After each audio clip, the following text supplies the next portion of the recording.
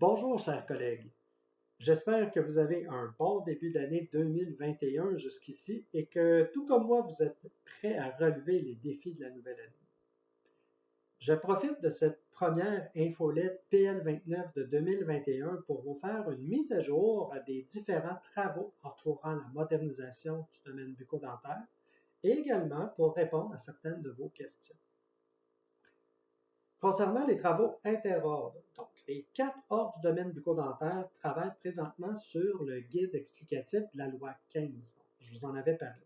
Ces travaux-là avancent et au rythme de 1 à 2 rencontres par mois, nous pouvons dire maintenant que le document est bien structuré, c'est-à-dire que tous les ordres s'entendent sur ce qui devrait se trouver à l'intérieur, la table des matières, les sujets, les différentes sections. Et nous avons procédé à un partage de responsabilités pour faire avancer les sections par les différentes équipes entre les rencontres. Tous se sont également entendus pour vous communiquer ces sections du guide au fur et à mesure où elles seront terminées. Le but étant ici de ne pas attendre à la fin lorsque le guide sera complété pour vous le partager, mais bien de vous tenir informé et de vous donner, partager l'information dès qu'elle sera disponible. Concernant les travaux réglementaires, ça aussi, ça avance. Vous savez, quand le gouvernement adopte une loi, ça vient bouleverser la réglementation. Alors, il y a des règlements qu'il faut changer, d'autres qu'il faut créer. Là, nous pouvons vous dire que 2 projets de règlement avancent très bien. Le premier, celui qui a été adopté et qui est maintenant rendu à l'Office, c'est un règlement qui a dû être modifié. Celui qui encadre, qui vient dire les activités professionnelles qui peuvent être exercées par des personnes autres que des hygiénistes dentaires. C'est principalement pour les étudiants dans les différents collèges techniques d'hygiène dentaire, mais également pour ceux qui auraient des demandes de permis et qu'on leur demanderait d'aller faire des stages, d'aller suivre des cours pour pouvoir avoir des équivalences, une reconnaissance ici au Québec. L'autre projet de règlement qui est presque terminé, c'est celui sur le DPNC. Lui, on partait de zéro, il fallait le créer. Alors, le projet de règlement est presque terminé. Nous sommes maintenant à valider avec des experts terrain pour voir si le contenu est fidèle aux données probantes et fidèle également à ce qui se passe sur le terrain. Donc, j'en profite pour remercier les hygiénistes dentaires qui ont gentiment accepté de collaborer sur cette équipe et pour venir valider notre règlement. Ensuite, la loi prévoit les consultations officielles. Donc, nous prévoyons aller en consultation officielle auprès de l'Ordre des dentistes du Québec et l'Office des professions en mars prochain. Avant les fêtes, nous avons également été consultés par l'Ordre des dentistes du Québec sur leur projet de règlement sur les ordonnances. Alors, c'est un document qui existait, donc eux devaient le revoir. Alors maintenant, nous avons formulé nos commentaires, nous les avons envoyés à l'Ordre des dentistes et nous avons eu la confirmation que ce projet de règlement était lui aussi maintenant rendu à l'Office. Alors, dès que de nouvelles étapes seront franchies dans les différents règlements qui sont présentement en cours de rédaction ou en cours d'approbation, nous allons vous tenir au courant. Je vous annonce également la mise à jour de notre foire aux questions, avec l'ajout de 3 questions-réponses.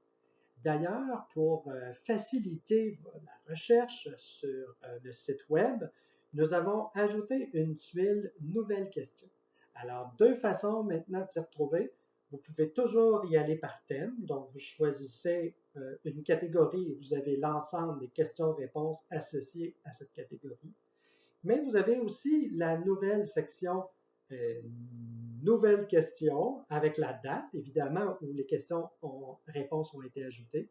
Donc, pour ceux qui vont régulièrement sur le site web, vous aurez comme 2 façons de vous y retrouver, soit en les nouvelles questions ou par thème, comme c'était le cas avant.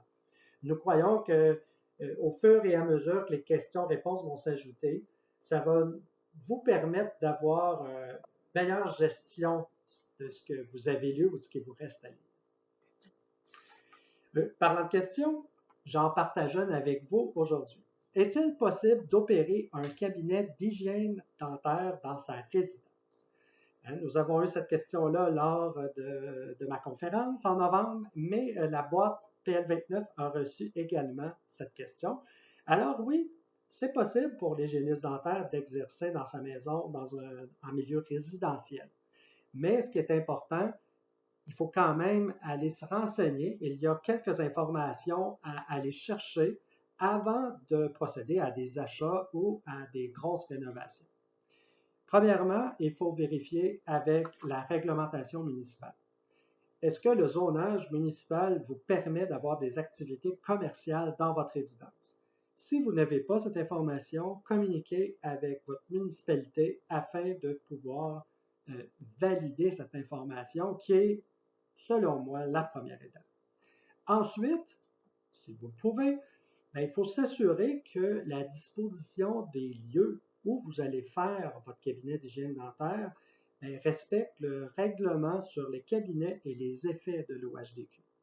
Ce règlement, on le sait, c'est un règlement qui doit être revu cette année, mais vous pouvez déjà aller le consulter. Vous aurez l'information concernant la confidentialité, donc le respect de la confidentialité lors des consultations, et également tout ce qui touche la gestion tenue de dossier.